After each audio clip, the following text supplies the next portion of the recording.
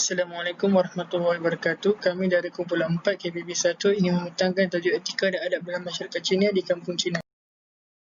Nama diberi Azamuddin bin Muhammad Ali, memegang kad matrik bernombor 12000376. Pengenalan kajian, hubungan etnik di Malaysia berpegang kepada 3 konsep keramat iaitu perpaduan, kesepaduan dan penyatupaduan. Perpaduan yang amat diharapkan ini masih belum berlaku dan ia sekaligus menyukarkan Malaysia untuk mencapai kemajuan yang pesat setaraf dengan negara-negara maju yang lain. Terdapat sebuah perkampungan di Kuala Terengganu yang mana majoritinya terdiri dari 2 gabungan bangsa iaitu Cina dan Melayu yang mana mereka mengamalkan kebudayaan yang berunsurkan perpaduan.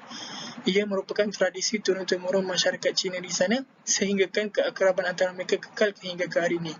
Etika dan adab seperti ini sewajarnya dicontohi oleh segenap masyarakat yang wujud di Malaysia bagi mencapai visi dan misi yang dirangka. Jadi kajian yang dijalankan yang pertama adalah mengkaji pengetahuan pelajar mengenai kewujudan kampung Cina. Yang kedua, analisa terhadap pengetahuan pelajar mengenai kesepaduan yang wujud dan kepentingan perantakan masyarakat Cina di kampung Cina. Yang ketiga adalah mengkaji penerimaan masyarakat Melayu terhadap kemasukan Cina dan peranannya terhadap penetapan masyarakat Cina di kampung Cina.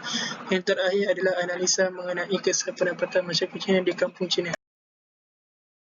Lokasi kajian dipilih adalah beralamat di Jalan Kampung Cina 20100 Kuala Terengganu, Terengganu.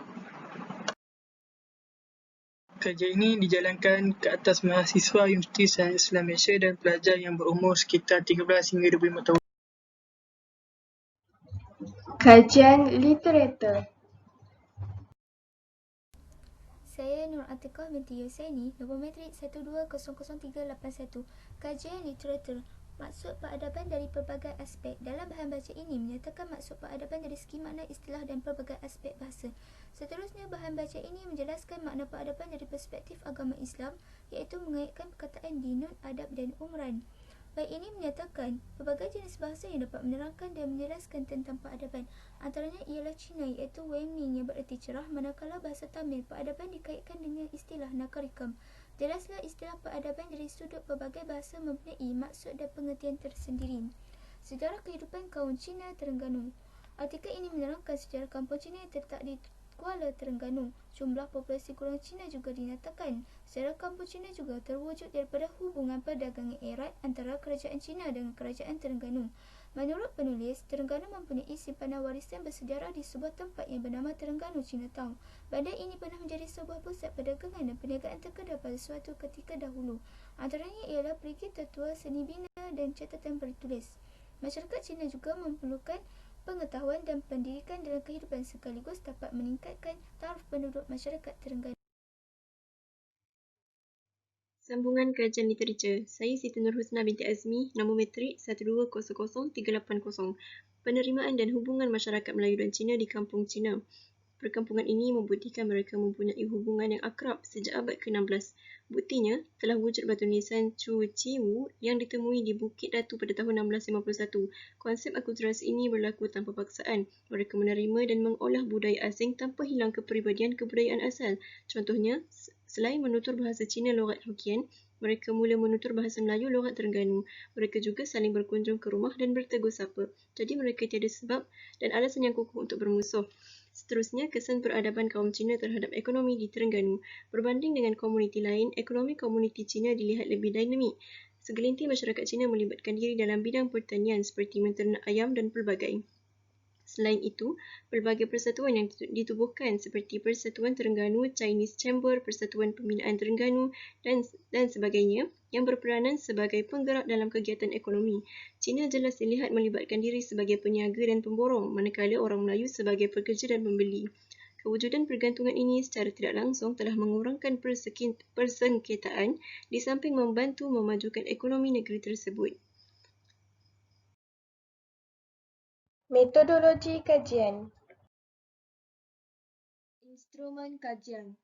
Baiklah, saya Laila Najiha binti Jamri, nombor matrik 1200374.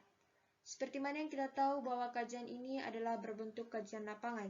Dan yang kedua ialah borang soal selidik, di mana borang soal selidik ini diberikan kepada responden bagi mengumpul maklumat bertujuan analisis yang dapat menjawab persoalan kajian ini. Dan yang ketiga adalah pemerhatian, di mana si pengkaji sendiri memerhati tempat kajian. Dan yang terakhir adalah bahan bercetak dan tidak bercetak atau digelar sebagai kajian sekunder, di mana bahan bercetak termasuk majalah, surat khabar dan juga buku-buku ilmiah, dan tidak bercetak termasuk sumber internet. Baiklah, kita ke slide seterusnya. Reka bentuk kajian, iaitu termasuk kuantitatif dan juga kualitatif, di mana kuantitatif merangkumi borang soal selidik dan kualitatif merangkumi rujukan dan pemerhatian. Dapatan kajian. Nama saya Nur Izzati binti Muhammad, nombor matrik 1200379. Tetapan ini menunjukkan maklum bala responden mengenai perkampungan Cina di Kuala Terengganu terdiri daripada 67 responden yang merangkumi dari aspek jantina dan umum. Jika dilihat pada catatan dari aspek jantina, majoriti yang merespon adalah kalangan responden perempuan iaitu seramai 56 orang bersamaan 84% dan selebihnya adalah responden lelaki. Seterusnya, dari segi aspek umur, kebanyakan yang merespon adalah umur antara 18 hingga 22 tahun iaitu 90% dan selebihnya berumur bawah 13 hingga 17 dan 12 tahun ke atas. Responden yang berbeza usia ini adalah responden yang berlainan pendapat dan pandangan seperti yang ditunjukkan pada catatan. Seterusnya, analisa pengetahuan pelajar mengenai kesepaduan yang wujud dan kepentingan penetapan masyarakat Cina. Antara soalan yang telah disoal selidik mengenai pengetahuan pelajar ialah: yang pertama, tentang pengetahuan penerimaan masyarakat Melayu terhadap Cina. Yang kedua adalah pengetahuan tentang adakah masyarakat Cina dapat membantu mengembangkan lagi ekonomi Terengganu. Yang ketiga, adakah masyarakat Cina mengamalkan etika dan peradaban yang diterapkan oleh masyarakat Melayu? Selebihnya boleh dilihat pada graf. Jika dilihat pada graf ini, hasil dapatan kajian kami menunjukkan majoriti bersamaan 67 responden keseluruhan mengatakan setuju dengan soalan-soalan yang telah diberikan. Seterusnya, saya Ani Syakira binti Syukri bernombor kad matrik 1200375 akan menyambung pembentangan berkaitan dapatan kajian.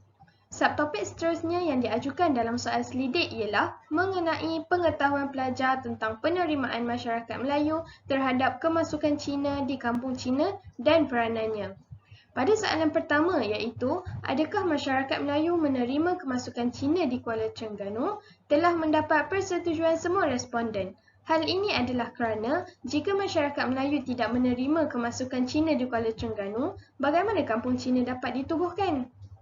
Soalan yang kelima iaitu, adakah masyarakat Melayu perlu menjaga hubungan sesama kaum bagi mencapai perpaduan, juga telah mendapat persetujuan keseluruhan responden, iaitu seramai 51 orang responden daripada 67 orang sangat setuju dengan soalan yang diaju.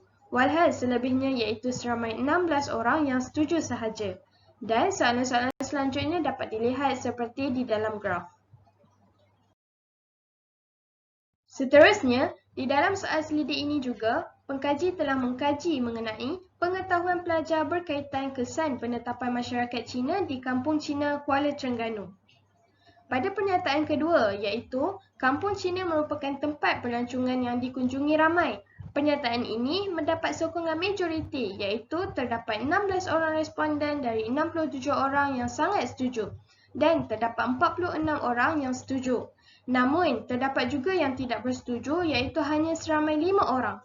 Dapat disimpulkan bahawa hal ini berkemungkinan responden yang tidak bersetuju adalah yang tidak mengetahui atau tidak pernah mengunjungi dan melihat sendiri keadaan di kampung Cina.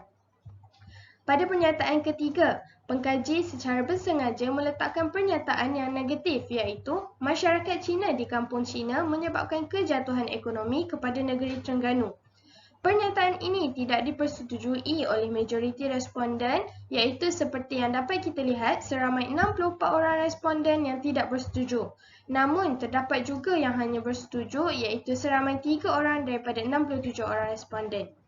Seterusnya pernyataan-pernyataan selanjutnya boleh diperhatikan dan dilihat dari graf tersebut. Kesimpulan.